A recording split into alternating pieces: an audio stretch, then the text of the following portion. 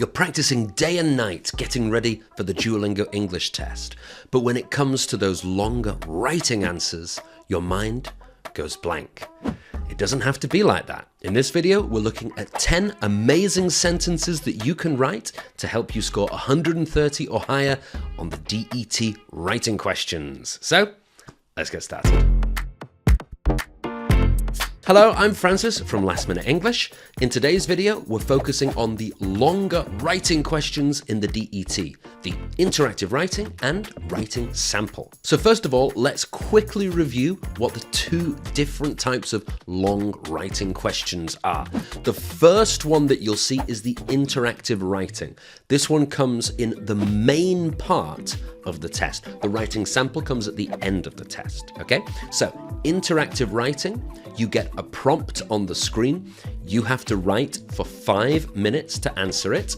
And then the computer, the AI that does the test, will generate a follow-up question based on the first question and your answer, and you have to write for another 3 minutes to answer the follow-up question. So it's 8 minutes of writing altogether. So that's interactive writing. Now let's talk about writing sample. So that comes towards the end of the test. You have your writing sample and your speaking sample.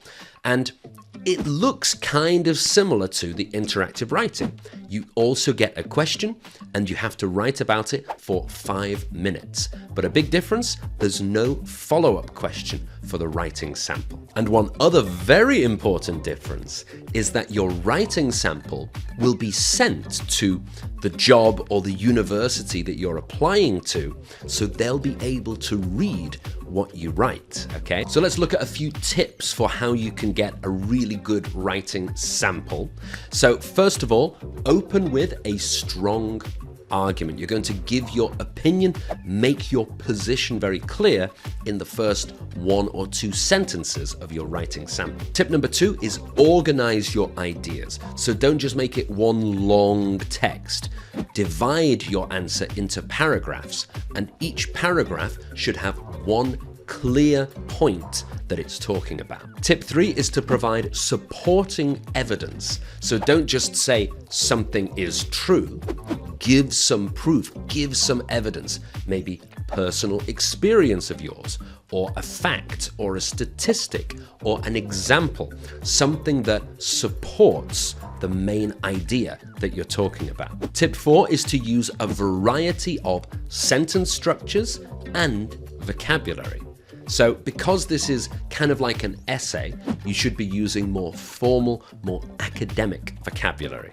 And it's really important to use different vocabulary and different sentence structures so that you're showing the reader and the marking system that you've got a really good command of English. You can really use English in a flexible way when you're writing. Then finally, tip 5, end with a summary or a conclusion. So if you have time, and the time is limited, it's only 5 minutes, but if you do have time, try to write a 1 or 2 sentence conclusion to summarize the main points and the main opinion that you've given in your answer. So that's our quick introduction to interactive writing and the writing sample.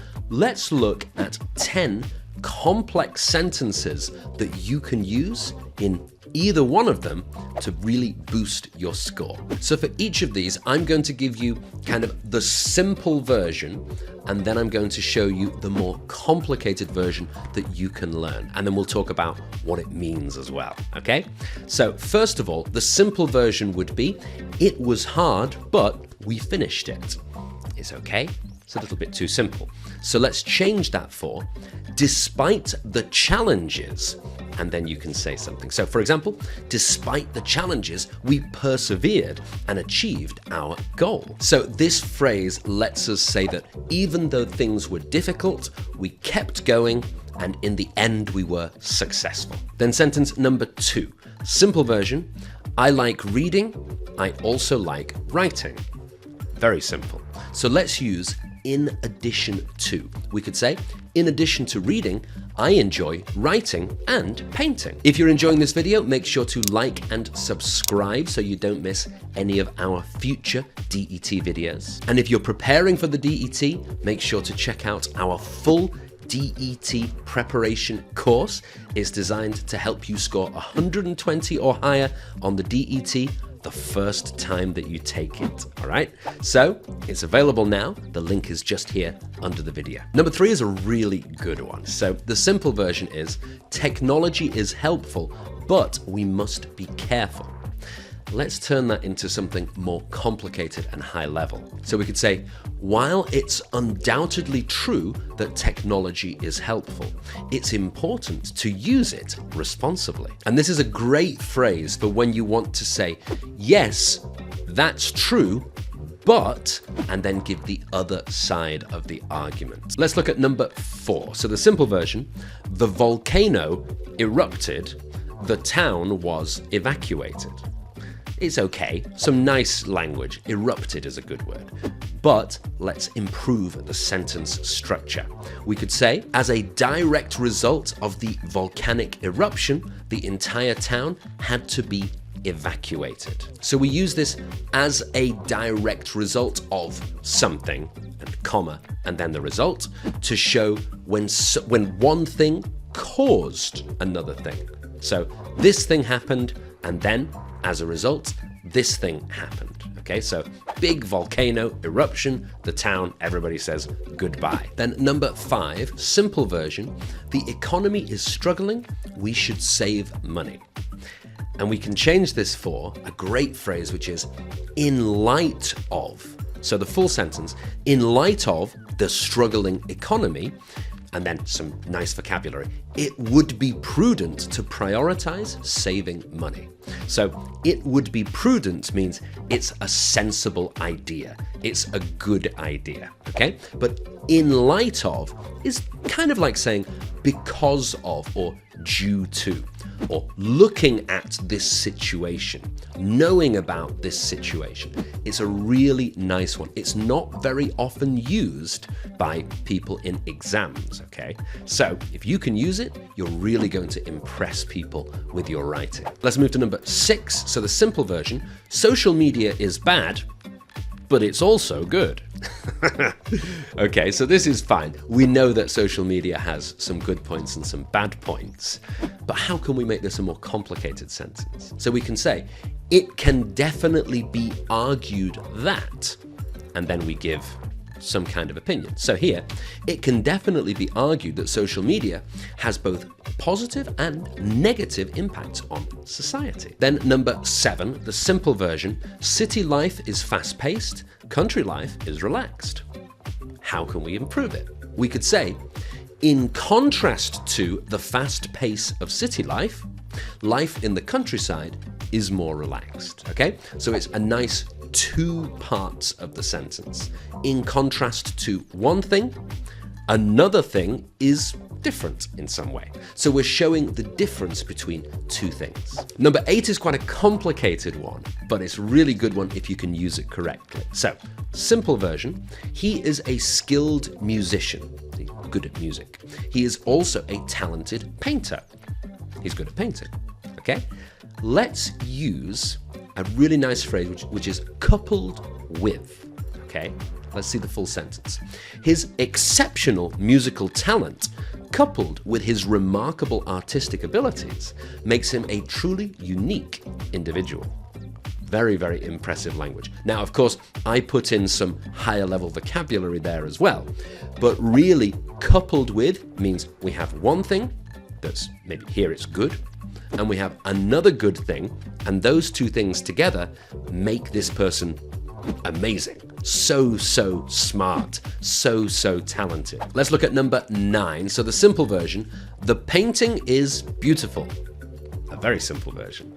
Let's use a phrase to increase our vocabulary score here. So this one is, upon closer examination. We could also say, upon closer inspection. So the full sentence, upon closer examination, the painting reveals intricate details and hidden symbolism. So what this means is when we look closely at this thing, we can learn something more. We find out more information. So if you're writing an essay, you could say, this situation seems very simple, but upon closer examination, we can see that, and then you say why this situation is actually more complicated or more detailed or more difficult than we first thought. Then let's look at number 10, the last of them. So, the simple version, the government is in charge, okay? But we can use the word ultimately. Let's see the whole sentence. Ultimately, the decision rests with the Prime Minister. Okay, so, or that could be the president or the leader or whoever, okay? But ultimately means in the end. So the final decision.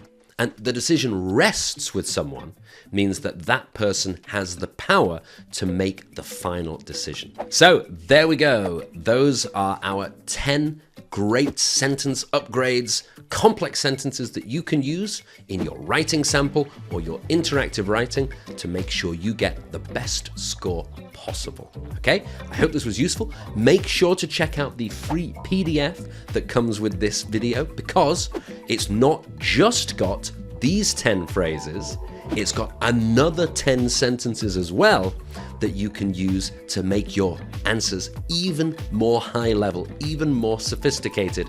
And so when you apply for that university or you take the DET, you're just going to make people think, oh my God, this person's English is unbelievably good. So make sure you check out the link to that PDF. It's under the video. Of course, remember, if you want to pass your test and score 120 first time, our course is available. The link is just down here. And remember to like and subscribe if you've enjoyed today's video. I'm Francis from Last Minute English. Thank you for watching. Good luck in your DET. I'll see you next time.